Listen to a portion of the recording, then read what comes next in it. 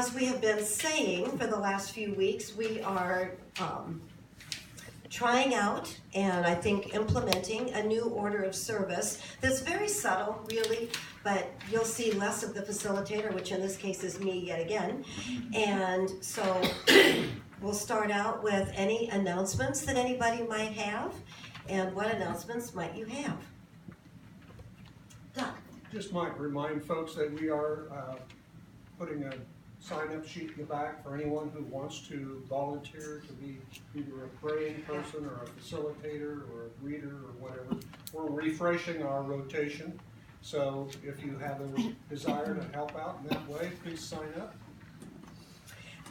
That would be fabulous if you would, because it's really fun to see different faces and people doing different things. And it takes a village, doesn't it? Let's see, any other announcements that we have from anybody? Yeah, Greg. I just want all the Chiefs people here to know that this afternoon they can watch the real team, the New Orleans Saints. There's the door.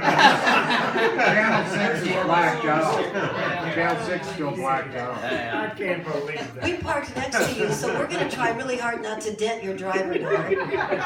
We'll see you in the Super Bowl. There you go, Bill. I'm thinking we'll see him in due time. I'm gonna go outside with 4 flat tires.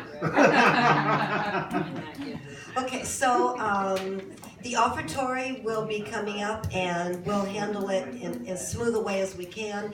I will announce that we're going to be taking a silent moment, and we ask that you get your gifts prepared. During that silent time, then we'll pass the baskets, and then after that, Kelley will play some very soft music, as always, and then when we're done passing the baskets and collecting your abundant gifts, then she will provide us a beautiful offertory song. So that's slightly different than how we've been doing it, but that's a forecast of the offertory process.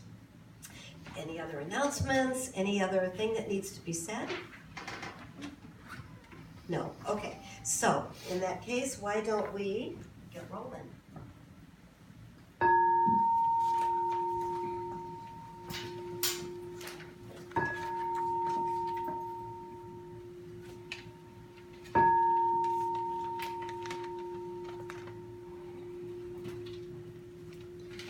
We ring the bell in universal oneness, and we feel the vibration that unites in love and peace. And our pre-lit candle symbolizes the Christ-light presence in all. And if you would, pick up your bulletin, and we have a mission and a vision statement that would be great if we could read it all aloud.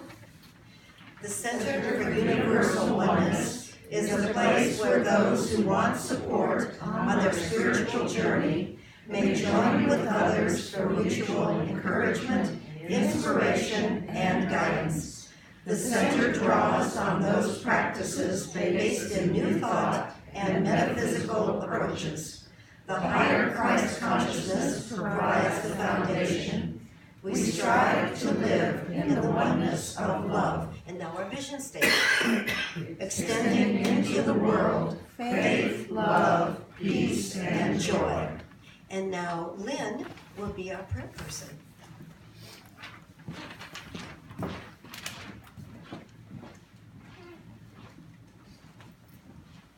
You may not see the flame in the pre-lit Christ candle.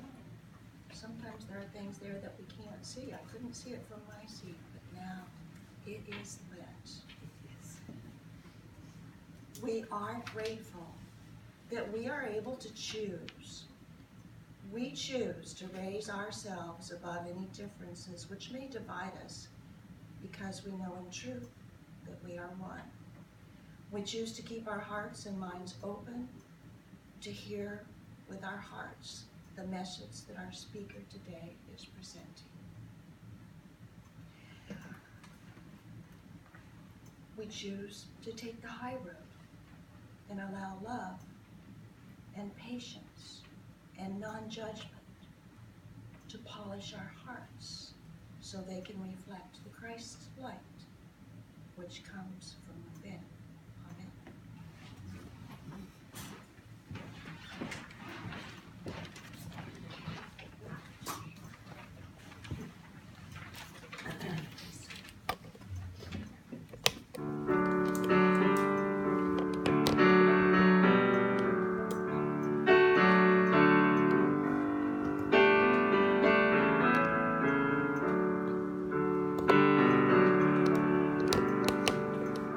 Life is shaped by who we say we've come here to be. Create in me.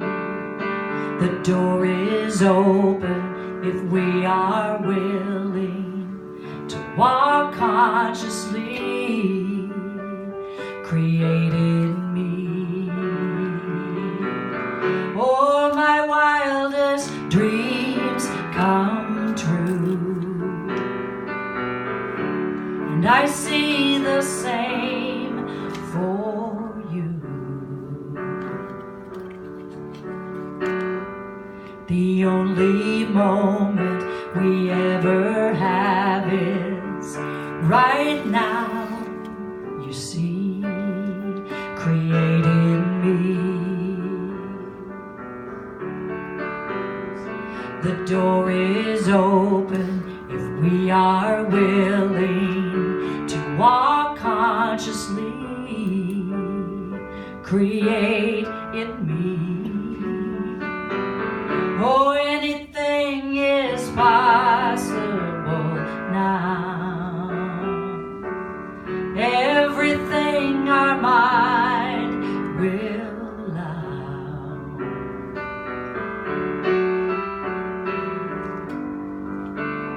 Anything, everything, anything our mind will allow. Life is shaped by who we say we've come here to be. Oh, create in me. Anything is possible now. Everything our minds will allow. Oh, my wildest dreams come true, and I see the same for you. Life is shaped by who we say we've come here to be. Creating me.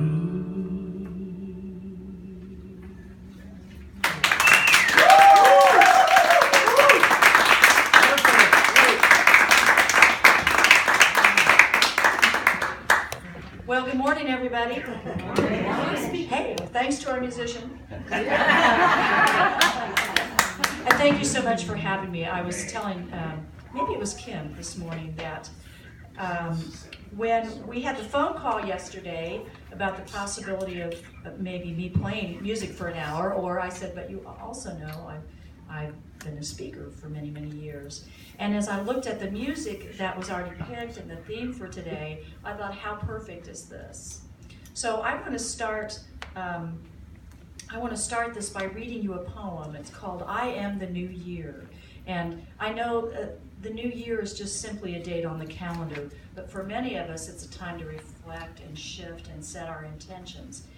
This is by an author who is unknown, but it's fairly widely known. And I thought it was perfect for today and today's theme. Life, I am the new year. I am the unspoiled page in your book of time. I am your next chance at the art of living. I am your opportunity to practice what you have learned about life during the last 12 months. All that you sought and didn't find is hidden in me, waiting for you to search it out with more determination. All the good that you tried for and didn't achieve is mine to grant when you have fewer conflicting desires. All that you dreamed but didn't dare to do, all that you hoped but did not will, all the faith that you claimed but did not have, these slumber lightly, waiting to be awakened by the touch of a strong purpose. I am your opportunity to renew your allegiance to Spirit, who said, behold, I make all things new. I am the new year. So my topic today is also the title of that song, Created Me. I also like to call it Create with Spirit, because I feel like, from my perspective, Spirit and I are one. There is no separation. So when I was 16 years old, I sat at the kitchen table with my dad who was a successful businessman in Emporia, Kansas, in a fairly small town. And my parents both knew since the time I was 3 years old that what I was meant to do when I showed up was music. Didn't know exactly what that would look like, but they always supported that concept and that idea. But they also knew that to live in the world, it's a good idea to have a plan. And so my dad sat me down at the kitchen table and he said, you know, I'd like to talk with you about music. He said, I'd like you to get out a piece of paper and I'd like you to take some notes. And I went, okay. And he said, we're gonna take a look at what your goals and dreams are for yourself surrounding the idea of music. And he said, and we're gonna put together a 5-year plan. And I was 16, I went, okay. And it was the first time that I had consciously thought about, what do I want to do with this? I knew it was who I was, but I wasn't sure how that was gonna work. And he said, what did I want from life? How could I get there? I went, wow, Dad, I'm 16. My brain's not fully formed yet. I don't know. And I didn't know it then, but what he was helping me do was to set my intention. What he was helping me do was to become conscious that Spirit, or in his vernacular, God, and I are actually one. There is no separation. But it was my job to get clear about what I wanted and and to be creative and get in that creative process. When he first said, we're gonna look at 5-year goals, I didn't necessarily think that was a creative process at that time when I was 16. But he helped me align with the divine. And that started at that moment. Or as I like to call it, create with Spirit. It's co-creating. And I didn't have words for it then. I still have that piece of paper. And that was my launching point. I was already launched in playing. I started playing by ear when I was 3. I didn't learn how to read music until I was 10, but by then I'd hear songs on the radio and I'd play them. And I knew that at that time, I wanted to play the piano, and I knew that I wanted to write songs. In fact, I just started writing. And when I was in kindergarten, I remember coming home from school and telling my mom in the kitchen, I remember it clearly, I said, well, I've got a song, I'm gonna sing it. And I commenced to sing a song about a bunny rabbit. It was one of the things that we were talking about in kindergarten, different animals. And here was the other pivotal point. She didn't laugh, and she didn't make fun or say, oh, isn't that sweet? She listened to my song that I belted out, and she said, She said, I'd like to hear more. So my parents gave me a beautiful gift. They helped me align with my purpose. They recognized that that was what I was here to do, and they had different jobs. One was to encourage that, and the other one, especially with my dad, was to help me set my intention and use my imagination about what I wanted down the road. So my first point I want to make today is I don't think it's possible to not create with Spirit, no matter whether we're conscious of it or not, because we aren't divided. And I think that another word for that creativity is imagination. I've done workshops over the last several years, for the last 14 years, across the country. And sometimes when I say this is a creative retreat or a creative workshop, it's amazing how many people say, oh, I'm not creative. I'm not, or they'll say I'm not artistic. But what they don't realize yet is that everybody is. That's how we got here. How did we show up on the planet? That was the creative thought. Here we showed up. And the second point I want to make is, now, and I talked about this earlier with some folks here. Words can be triggers. So if I say the word God, it can be a trigger for something from the past. If I say the word spirit or divine or universal, all words have different triggers for different people. But the words that I use today for my idea of what the divine is all mean the same thing. There isn't any, I don't have an attachment to that specific word or specific image. So if I say God or spirit, divine, creativity, that's the same thing for me. So just know that going into it. So I love this idea that God or spirit can only do for us what it can do through us. We have to take some action. We need to sit down, in my case, when we're 16, and make some goals and not just look at the paper. Well, what are we going to do with those? Well, how do we want this to happen?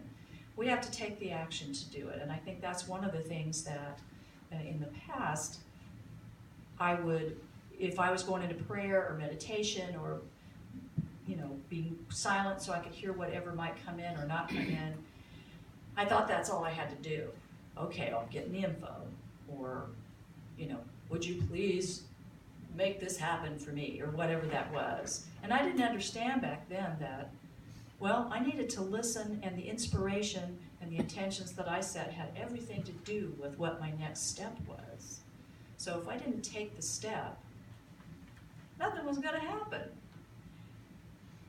So point 3 is, how do we create or manifest what our imagination shows us? How do we do this? What happens? So I think the first thing, in my experience, is I need to be clear about what I want or what solution I'm looking for, or what the goal is for me. What really is my intention? And it may not be as specific as I thought. Let's say my intention is I wanted a car. But really, I need to, instead of me going through all the details and just driving myself bananas with how am I going to get it, what's it going to look like, where am I going to get the money, have you ever done that where you put something out there, and it doesn't have to be a material thing, but you want this experience, and then you just go crazy. You wake up in the middle of the night thinking, but I don't have the ticket to get on the train, but I have, and then we can't, those put the brakes on what we want. So what I've learned from my own experience is I can set the intention, but I need to let go of how that's going to happen. How is that going to show up for me? Because if I start narrowing my options and saying, well, the only way I'm going to get a car is if this happens and this happens in this order, in that way, and here's what that car's going to look like, that car's not going to show up. I may not know that somebody has decided they're going to get a new car, and they're gifting their car to somebody, and I'm going to be the recipient. I couldn't have dreamed that up. And again, I'm just talking about material things, but I think that our mindset, first we need to know what it is we're intending, and it might be as general as health, the greater good surrounding this, whatever instance it is. Rather than pleading and deciding for ourselves, it's got to look like this, it has to be this specific thing. How can we put that intention out there in a way that it can actually happen? Did you ever have the experience when you were little and you were thinking, all I want to do is go blah, blah, blah. Let's say I want to go to the circus, or if I've got to get that bike, or I'm just going to die, or what those things were. And as we look back on some of that stuff, what ended up happening might be better than we thought, or what we really wanted was not for the greater good. Have you ever been traveling somewhere and you're thinking, I'm getting stopped every 5 minutes. What's the deal with this? What's the holdup? I was supposed to be there at such and such a time. I travel a lot in my work. And then you find out later, or maybe you don't find out, that because of that 5-minute difference or 20-minute difference, you were spared from a major wreck. Or you showed up at the time that you felt like you were late, but in truth, you were right on time for what was happening there. So if we can just allow those things, it's a whole lot more fun. You know? So that's step one. Decide on what you want. What is the intention? And just be clear about it. Step two, and this is just my verbiage, bring it to God. Bring it to the divine. Bring it to spirit. By that I mean for myself, I need to get quiet. I need to stop the chatter. I need to quit saying, here's the details. Look here, this is how I want it to happen, and this is when, so get to it, please. I need to step away from that. So for me, that looks like getting quiet. For me, that's meditation, even for just 5 minutes. For me, that is a form of prayer. I feel like in my life, prayer is a kind of a continual thing that happens if I'm conscious enough to just tap into that. But there are times when I need to get very quiet and say, this is a prayerful meditative time for me, even if it's just for 5 minutes. The other thing that helps me do that is a type of breathing. Have you ever been told, okay, we're gonna do this certain kind of breathing, where you take X amount of breaths, you hold it for X amount, and then you exhale, and by the time you're in the middle of it, you're like, all I want to do is breathe, you know? And that just never worked for me. But here was something that I discovered that does work for me, that I use in a lot of, and I use in all my singing workshops, and with one-on-one, I'm a vocal coach, and I work with my coaching clients. This type of breathing, rather than us counting, keeping track of, holding, releasing, there's a lot of going on there.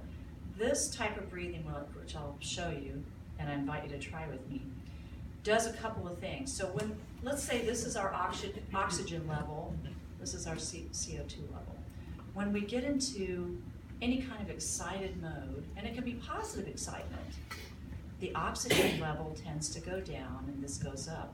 Why? Because we're going, oh my gosh, you know, our extremities get cold, we get lightheaded, and we could be happy as clams, but we're not getting the oxygen we need. Or we're thinking, I need to take 4 breaths in and hold it for 7, and I'm like, oh my God, and then I gotta do this, and I'm not quite ready for that, but everybody else is, so what's wrong with me? You know, so here's the type of breathing that helps me let go. And all I do is this, I call it allowing. I don't force air in like as much as I can take in, and I don't force air out for as long as I can. It's not a competition. There's no breathing police that say, okay, well, you didn't take as full a breath as you could. What happens here is I go, whatever my body wants to do, I take a breath in through my nose, and when I exhale, I either hiss or I shh, and it looks like this. All I do is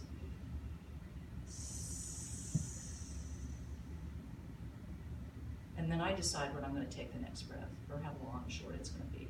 There isn't any, oh my God, I got to breathe again. None of that, just, so try that with me. Just at your own pace. We're going to do 3 of those in a row.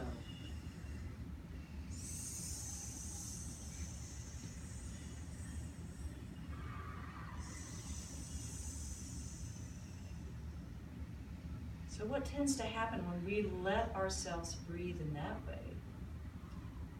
Here's our oxygen level, here's our CO2 level. They become perfectly balanced. We don't have any conscious or mental stress around what in the world am I doing with my breath. So that helps me hook in when I meditate. That helps me hook in. Let's say I'm in a very stressful situation, and it can also be positive stress.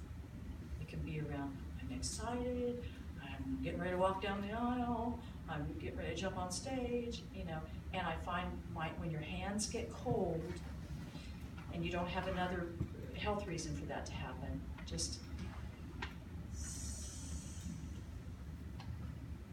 and it calms our physical nervous system down. It just helps that calm down because we're getting all the air that we need at that time, whatever our body needs at that time. It's going to take care of that for us. So that's the step 2. That helps me hook into listening, meditating, praying. It can happen at any time during the day or night. I can be washing the dishes and do it. I can be playing the piano. Many times at home when I'm playing the piano, aside from the times that I'm practicing technical skills and writing, I'll just sit and that's what my meditation, that's it. And for some people that's gardening, getting their hands in the soil. For some people, for my dad, it was going on a fishing trip with buddies where they didn't talk much out on the lake. They were just out there and let themselves be. And that's where we can get our ideas. Our creativity is allowed to flow through us. There's our inspiration. That's when we can create with spirit. So the third and final step in that process for me has been take inspired action. Inspired action, not like I have to. Here I go. I've always done it this way. I'm afraid to change it, but I'm doing something. That's different. And here's an example of inspired action. I was at a memorial service with my mother and my aunt's husband. For a long time, family friend that we all knew and loved. And he had passed after a long illness. He was close to 80 years old. And he had a friend of his who was much younger than him who had been his caretaker, but felt like family. And throughout the service, and it was really uplifting. This guy was great. His favorite song was My Way. And that was what everybody went out to. You know, it was like, and by the time we were at the door, like, yes, he did it his way. I'll do it my way. And I got in the car with my mom. Mom and I were in the back seat, and my Aunt Dorothy and her husband Bob were in the front. And we were slowly pulling out of the parking lot. And my mom, and she's a master at this. She's where I learned this, really. She looked over at the lot, and she saw the young man who'd been his caretaker. And he was beside himself. It wasn't other family members around him. No one was rude to him. Everybody was very nice to him, but he felt isolated and alone.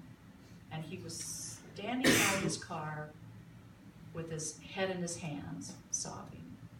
And my mom said, stop the car, stop it. And Bob's like, well, why do we want to do this? You know, we're heading out to the... She said, no, I have to get out of the car. I need you to wait right here, pull over, I'll be back. My mom jumped out of the car, ran across the parking lot, threw her arms around him. Here he is, here's my mama. And he just put his head on her shoulder and she just patted him and she said, honey, it's all right. We love you. We love what you did for him. Your family. Don't ever forget that. And I went, that was inspired action of the moment. She heard it, she acted on it. That was inspired action. And I thought, oh, that's what that looks like. And it gave me permission to do the same. It's very unexpected. Sometimes you think, oh, no, you didn't. No, I can't. And then but you know you must. Here's another example of that. On December 30th, I was in the middle of a performance in Lawrence, Kansas. And I had the set list written out. It was me and James Albright on acoustic bass, and Alina Ross, one of my singers. And we'd done the whole evening. It was coming to an end. And I had the set list planned, so if people ask us back for an encore, what those songs were going to be. So these two would know what to play, you know, what was coming. And that's great, and many times it all works out that way. So we were done, we stepped away from the stage, and it was clear that they were asking us back, and all of a sudden it was as if somebody whispered in my ear, forget that first song, you're not doing that. You're doing this instead. And I went, what? Oh. And I, for a minute, less than a minute, a few seconds, I thought, what key is it in? We haven't rehearsed it. These guys don't know it. Oh my gosh, this is going to go well. And all that was overshadowed by, this is yours to do now. So I went, okay. So as we were walking back to the stage, I just quietly said to James, we're doing this song. And I don't know what key it is in, but just watch my hands. I'll do a little intro and then you'll know. Because I knew I could trust him. He was such a good player that he'd know what to do. And I said to Alina, who was the singer, I said, oh, guess what? Change of plan. This song, I know we've never done it. Just listen for what part is yours. She said, great, I've got you. And I started to play. And as I played this song, it all came together. There's actually a video of this. Somebody videoed this thing. It's on Facebook. Unbeknownst to me, the whole thing was improvised. The whole thing was improvised. I go, I'll show you what I did. Just for a minute, I sat down and went.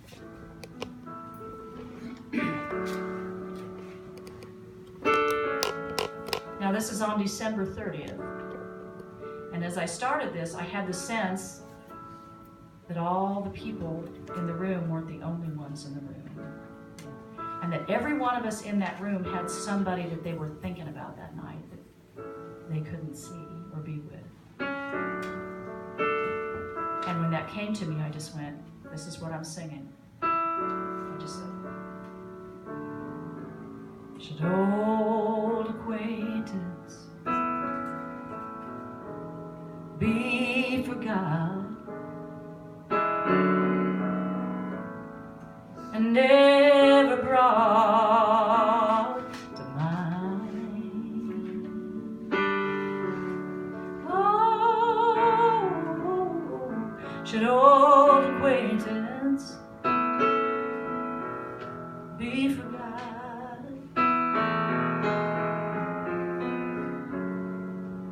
Rolling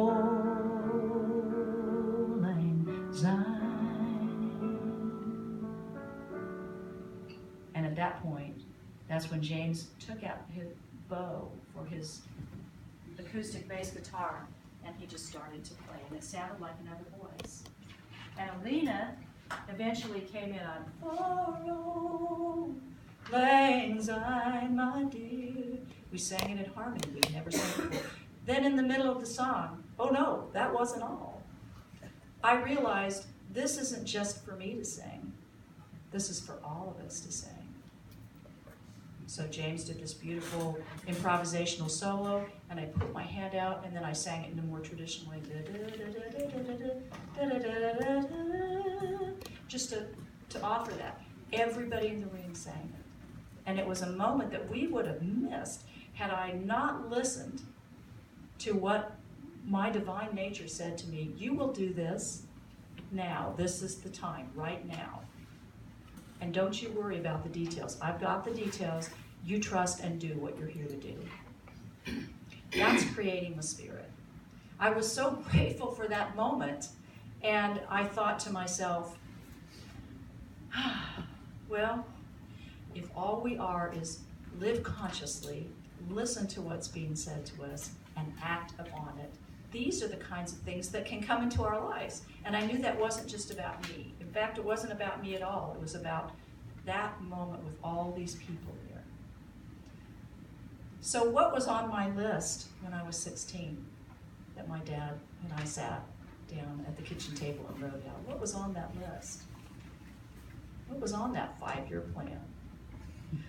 Well, I wanted to write in 5 years at least 20 songs. I'd like to get them copyrighted. I need to learn how to do that, which he actually helped me do. And I wanted to begin the process of getting at least 5 of them published.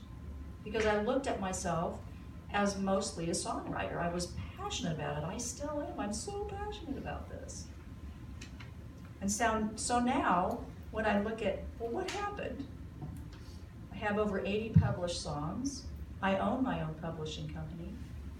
I write and co-write on a regular basis with writers who are much more well-known and established than I am in Los Angeles and Nashville. And I have that piece of paper. And last night my mom and dad came to visit from Emporia.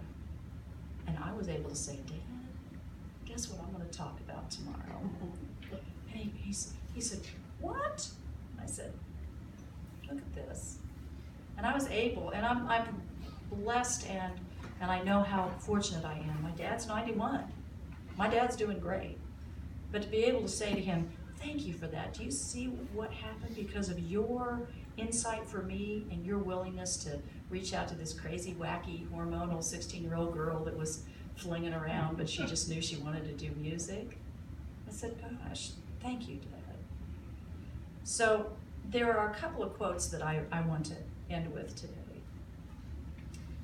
This comes from Charles Fillmore, one of the co-founders of the Unity movement and the Unity Church, and started back in the 1880s. And he said, imagination gives the man, or I like to say person, the ability to project himself through time and space and rise above all limitations. It's pretty darn cool to project himself through time and space and rise above all limitations. He also said, the inexhaustible resource of spirit is equal to every demand. There is no reality in lack. Abundance is here and now manifest. Abundance is here and now manifest. Right now. The song says, the only moment we have is right now, you see. Right now. Created me right in this moment. So with that in mind, I'd like us to go into meditation. Get relaxed.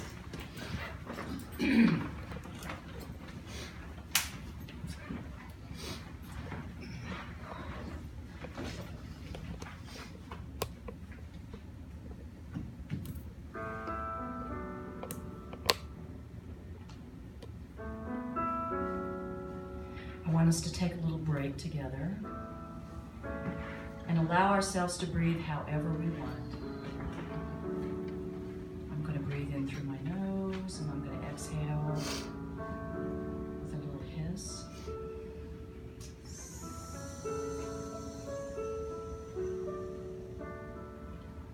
I'm going to do that again.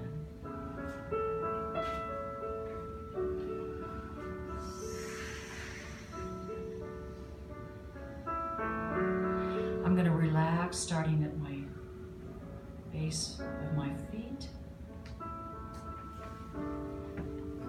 my legs,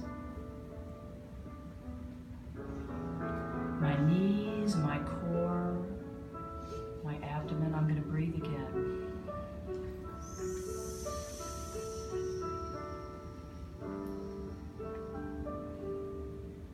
Clear up through my chest and my shoulders. And roll my shoulders back and open my chest.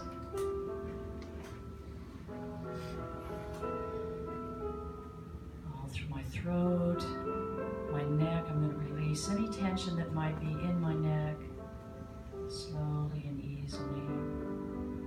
My jaw. I'm going to allow myself to take a big yawn. Right, breathe in and out through my mouth.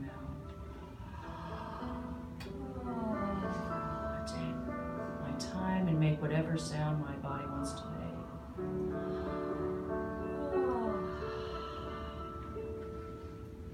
And behind my eyes, my forehead, clear to the top of my head. And I know when in this place I'm safe, I'm warm, I'm exactly where I need to be. I can rest here. I can relax my body and my mind. And I can allow Spirit in. And the truth is, Spirit is already in. I can allow myself to feel complete relief and release.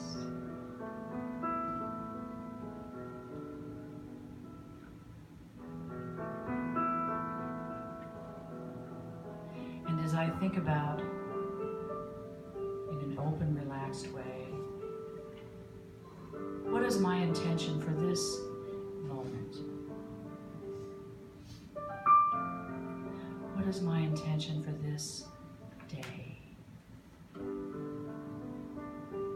And I allow myself to go into the silence and listen and listen.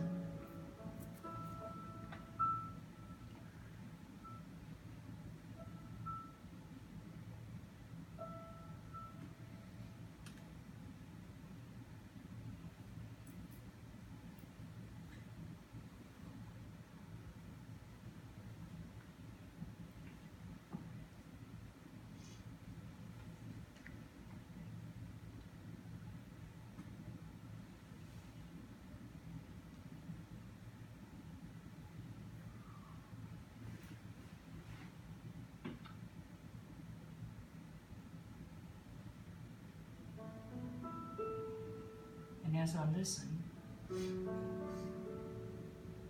I let go of any expectation of what I should hear or see or know, and just let it be.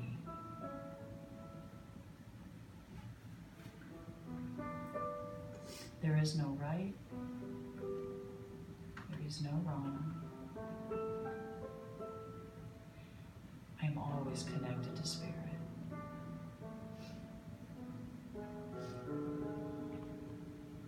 And as I gradually come back into the room, I take another breath.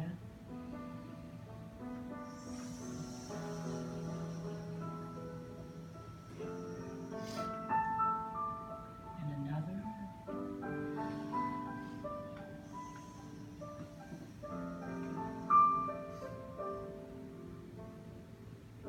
And I gradually open my eyes, thankful for the opportunity to be here now.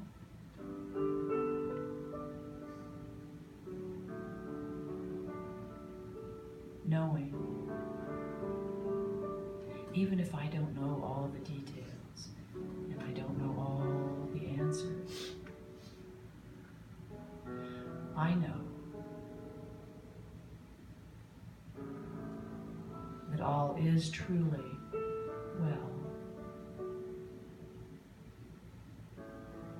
I know that I am a vessel, and so it is.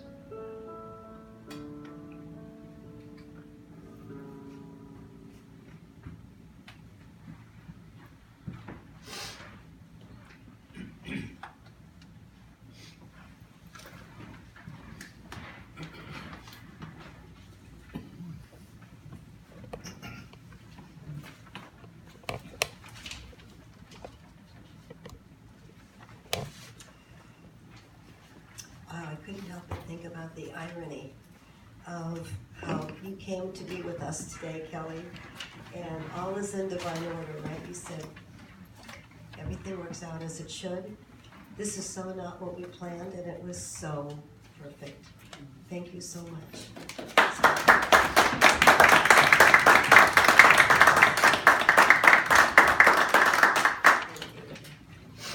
Okay, so now we have reached our offertory time, and we will take just a silent moment to prepare our gifts. So if you would do that, please. I will pass the baskets while you're getting your ducks in order, so to say.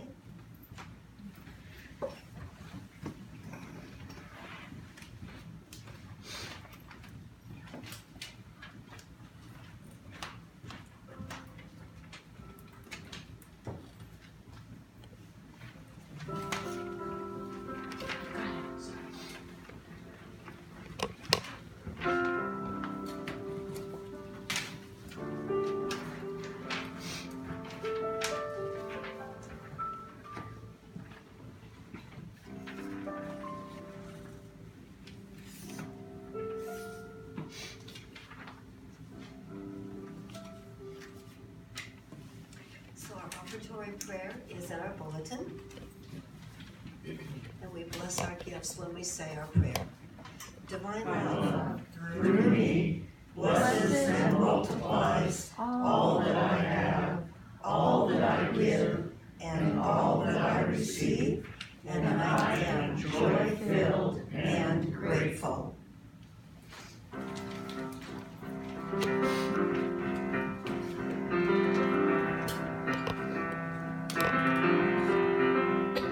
Go on and dream impossible dreams. They're not impossible as they might seem. And don't think with your eyes. Think with your spirit. What do you see in your mind? What do you want in your heart? Why should you wait any longer? Today's a good day to start. So go on and start and dream impossible dreams. They're not impossible as they might seem. And don't think with your eyes. Go on, think with your spirit. And no matter what's going on, you have a choice about what to do. Even when life seems rough, you see it's really up to you and your point of view. Go on and dream impossible dreams. They're not impossible as they might seem. Oh, don't think with your eyes. Go on, think with your spirit. Come on and think with your spirit. Or try and think with your spirit. Oh, think with your spirit.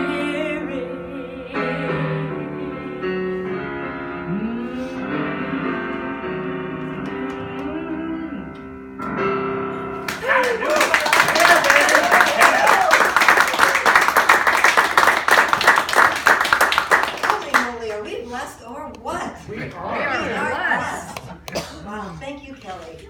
Holy moly. All right, so this is our community concern time. What concerns are on the hearts of any of us? Oh, hands everywhere. Barb, Actually, it's not a concern, it's a blessing. I'm sorry, we're only taking concerns. All right, then I'll be quiet. I'm sorry. It's a blessing. I have been through beginning orientation for a part-time job with Heidi. Oh, yay! Will you be delivering our groceries now? No, I'll be checking you out when you go there. Oh, and Super Gladstone? shopper. The one off at Englewood and North Oak. Okay, I want to be sure to come see you. Oh, Englewood and North Oak, okay. Yeah, just right yonder down the street. Yay, you. Right yonder. So I'm still looking for a full-time one, but I have a part-time one, so there's some money coming in the door. Yippee. Yay. That is good. Little Miss Kim. I have several. Okay, first, a blessing that, you know, y'all walk the path with me with my mom, and she's out of the hospital. Yay. She's back in her little wheelchair, being all happy again. Weak as can be, but happy. That's all we care about. And then I got a message from Beth Obendorfer that she has a foot stress fracture. That we might have to send her some healing stuff. Did I take yours, Jerry? I will not be kicked by her again.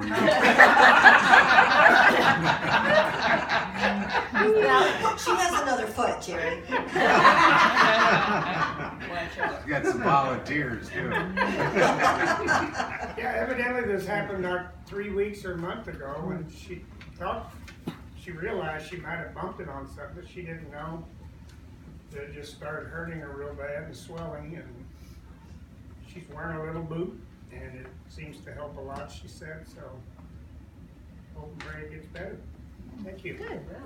Well, and I heard from the Frames, they were all excited to come, and they were excited Kelley was gonna be here, and he has a really bad cold, so they couldn't come, so we better, Tim Frame, Oh, so we better send them some messages. And then I just always have this concern about our government worker friends. Your friend?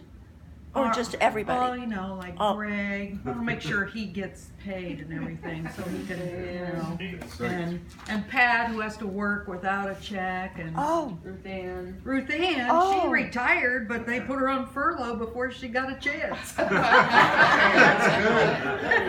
good. Yeah.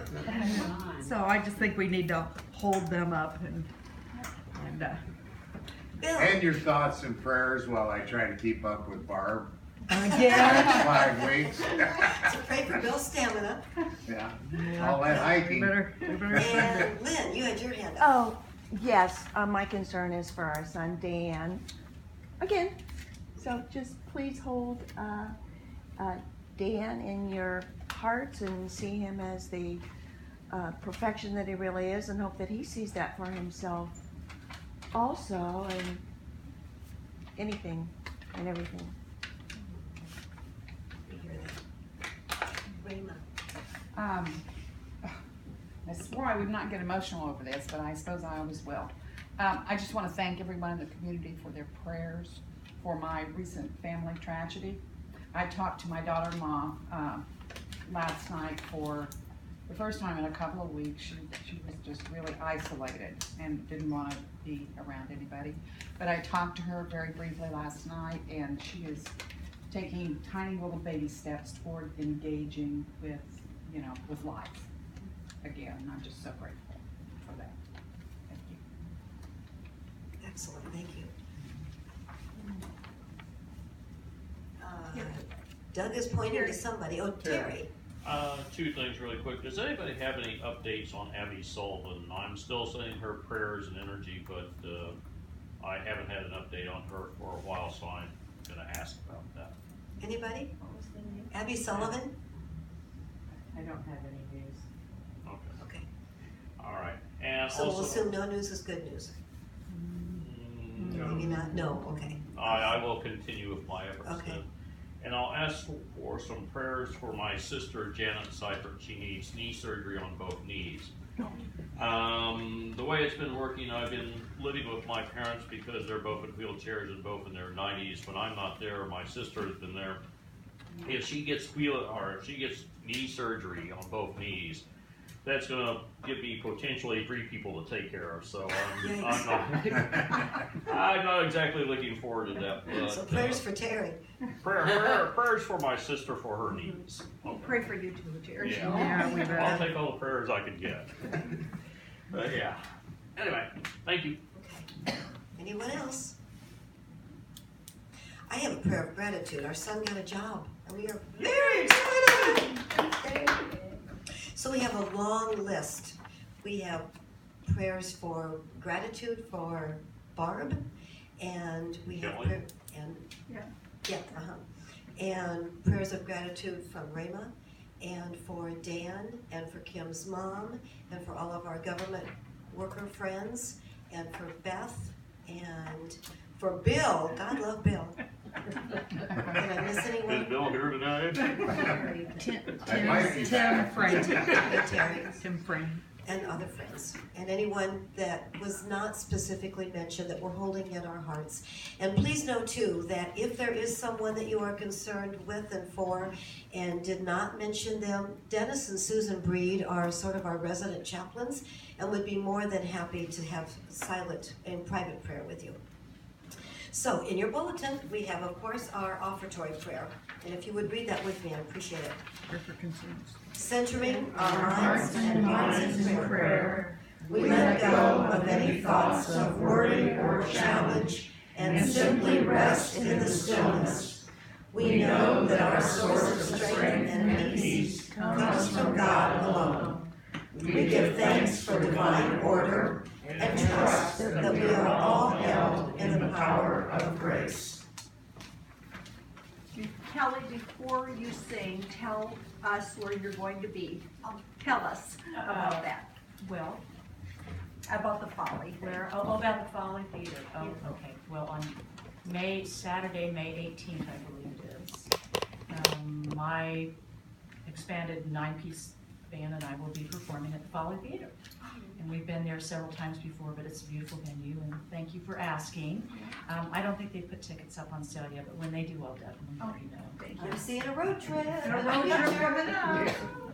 So if y'all are there, I'll send a shout out from the stage. Shout out to people. That'll be yours. Your groupies will be there.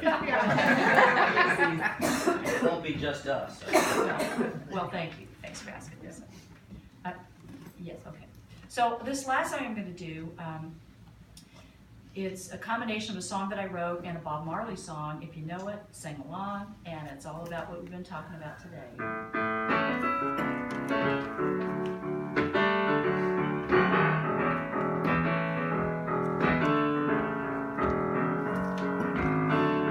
Can you imagine joy?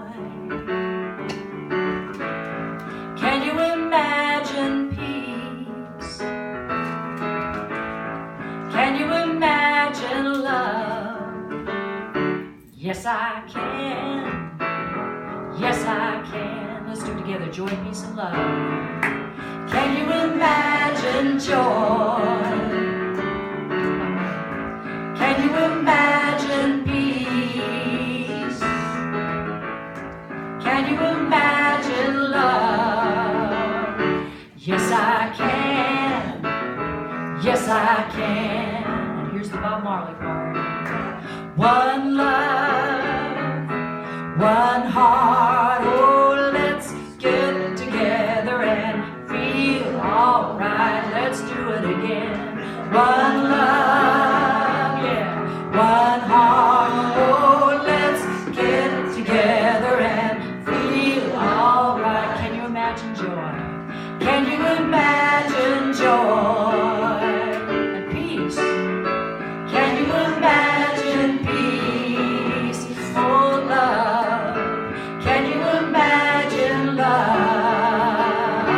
Yes, I can. Yes, I can. Let's do it one more time. Can you imagine? Can you imagine joy?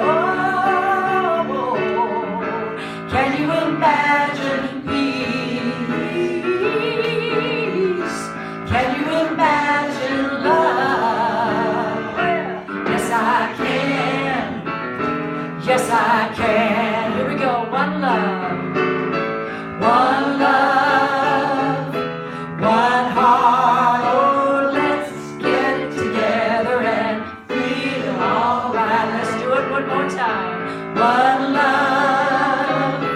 One heart. Oh, let's get it together and feel alright. Better do it 2 more times because we're not done. One love.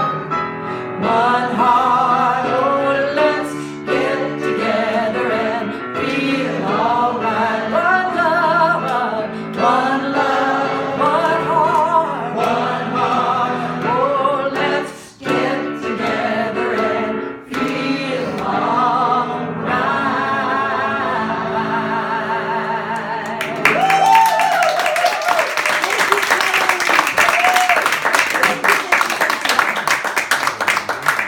And Lynn, you want to pray us out?